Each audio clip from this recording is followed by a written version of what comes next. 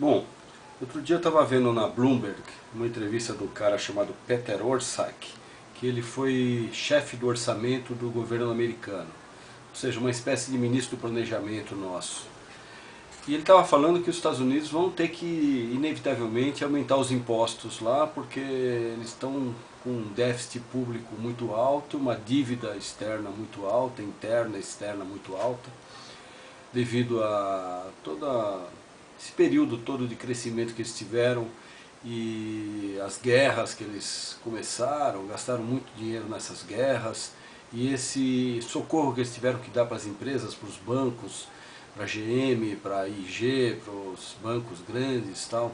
Então os Estados Unidos tiveram que gastar muito dinheiro para socorrer esses setores, e hoje eles estão com um déficit público muito grande e uma dívida muito grande. Agora, a gente sabe que os Estados Unidos, eles, historicamente, eles têm um nível razoável de impostos diretos sobre as famílias, etc. E tem um nível muito baixo de impostos indiretos, um nível muito baixo de impostos sobre o consumo. Isso faz com que os produtos nos Estados Unidos sejam muito baratos, então todo mundo vai querer fazer compras nos Estados Unidos, porque os produtos são muito baratos, as roupas, os automóveis, os eletrônicos, tem muito pouco imposto sobre consumo nos Estados Unidos, né? Então isso faz com que seja muito difícil eles te cortarem alguma coisa, como foi feito no Brasil, né? Nós temos uma carga tributária que é, infelizmente, um pouco distorcida, porque ela incide muito fortemente no consumo, sobre os produtos, né? E menos sobre as famílias, porque existe um nível muito alto de sonegação, um nível muito alto de economia informal, etc. Então isso faz com que o governo, para se financiar no Brasil, ele tradicionalmente ele vai taxar o produto, vai taxar o consumo, né? Isso acaba prejudicando os mais pobres também. Só que aqui no Brasil nós temos uma vantagem nesse caso, que é como os impostos são muito altos, o governo pode usar isso como uma forma de estímulo, né? Foi feito na crise de 2008, 2009, o governo baixou o IPI dos carros, baixou o IPI da linha branca e baixou o IPI dos materiais de construção e manteve a economia funcionando, porque estimulou o consumo, né? Baixou os preços, estimulou o consumo, e isso fez com que a recessão no Brasil fosse bem mais branda do que foi em outros países. Obviamente os Estados Unidos não podem fazer isso porque eles não têm de onde tirar mais, não tem como baixar mais o imposto lá. Se baixar o imposto lá, eles não conseguem financiar, e hoje em dia já tem vários estados americanos que estão falidos, como a Califórnia, etc. Então eles vão ter que subir os impostos lá.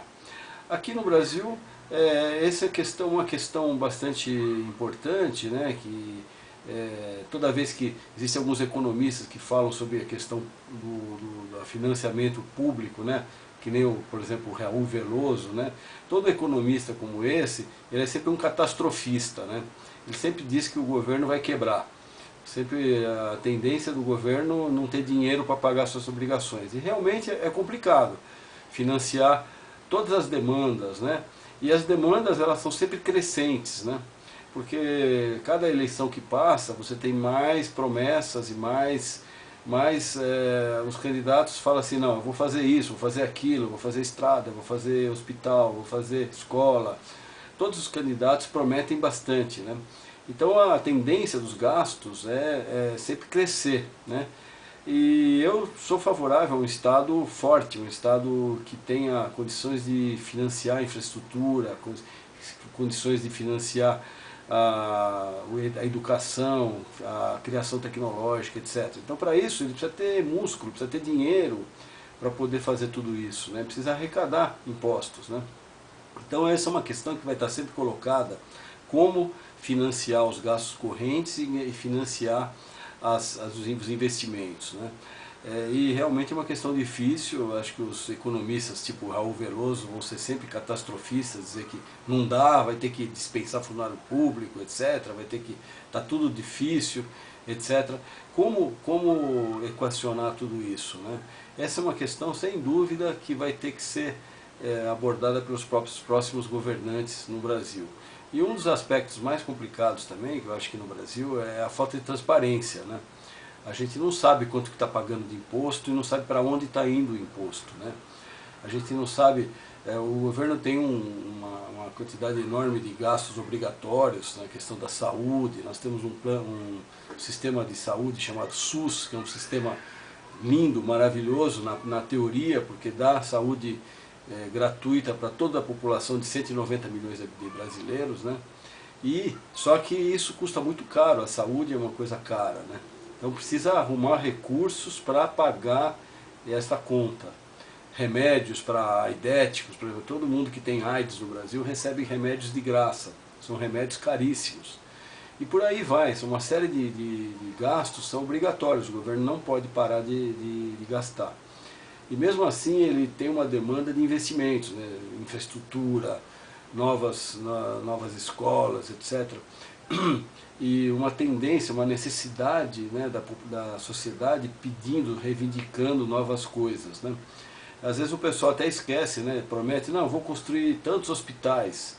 Esquece que um hospital não é apenas um prédio, né? Hospital, toda vez que você faz um hospital, necessita médicos, enfermeiros, manutenção, equipamentos, luz, água. Tem um gasto corrente, depois que você instala um hospital, o gasto corrente é muito alto, por muitos e muitos anos, né? Então eu acredito que essa é uma questão fundamental para o Brasil hoje, é ter uma maior transparência, uma maior visão de como você vai arrecadar impostos, quanto você vai arrecadar impostos e para onde nós vamos, para onde vão esses impostos, o que nós vamos fazer com esses impostos, né? Não é uma coisa fácil, que é uma coisa impopular falar sobre isso, né? É muito mais popular você prometer coisas, né? É muito mais difícil você dizer para onde está indo os impostos, e o que você vai fazer com os impostos, etc.